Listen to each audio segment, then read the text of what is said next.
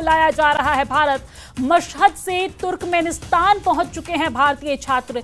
600 छात्रों में से 500 छात्र जम्मू कश्मीर से हैं, जो जल्द ही तुर्कमेनिस्तान से भारत के लिए उड़ान भरेंगे। तो लगातार भारत वापसी छात्रों की कराई जा रही है। 600 छात्रों को वापस लाया जा रहा है।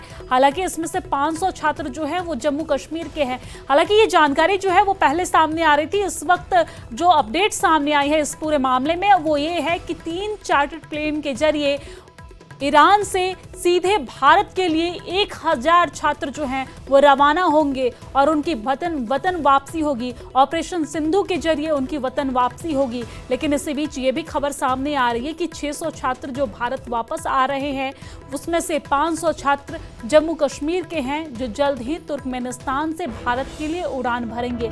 अलग अलग तरीके से अलग अलग जगहों से भारत वापसी कराई जा रही है छात्रों की। जो छात्र ईरान में फंसे हुए हैं उनकी वतन वापसी के लिए केंद्र सरकार ने ऑपरेशन सिंधु चलाया है और ऑपरेशन सिंधु के जरिए उनकी वतन वापसी करवाई जा रही है। ईरान में फंसे कश्मीरी छात्र दिल्ली से सीधा अपने घर पहुंच गए हैं। कल इन स्टूडेंट्स को लेकर स्लीपर बस रवाना हुई थी, जो आज छात्रों को लेकर श्रीनगर पहुंचने वाली थी। श्रीनगर में टूरिस्ट रिसेप्शन सेंटर पर इन छात्रों को पहुंचना था, लेकिन श्रीनगर न जाकर ये छात्र सीधे अपने अपने घर पहुंच चुके हैं।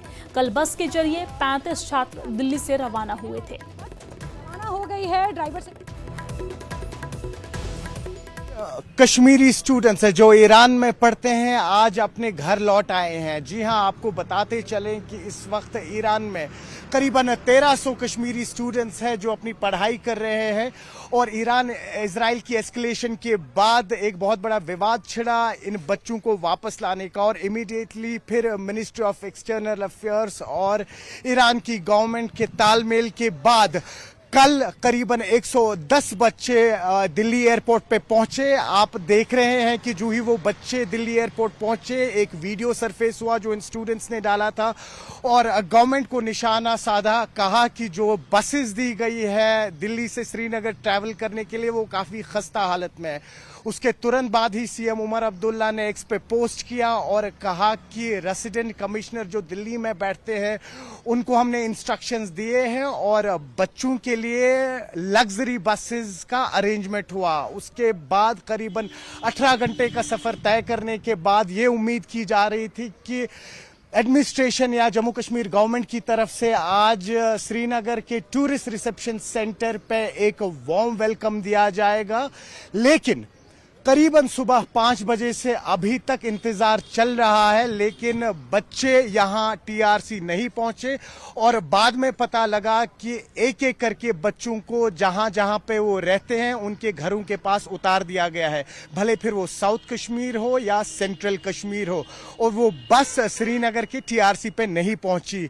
अब इसको लेके किस तरह से ऑपोजिशन आगे राजनीति खेलेगा और किस तरह से एनसी जो इस वक्त ऑलरेडी काफी सारे इश्यूज से जूझ रहा है, भले ही फिर वो रैशनलाइजेशन ऑफ रिजर्वेशन हुई, रेगुलराइजेशन ऑफ डेली वेजेस हुई, या अब ये मुद्दा जहां पर स्टूडेंट्स को प्रॉपरली रिसीव नहीं किया गया, किस तरह से टैकल करेंगे वो आने वाले दिनों में ही पता लगेगा। न्यूज़ 18 के लिए आफाक शाह के साथ श्रीनगर से मैं सरोज कफील। वही जो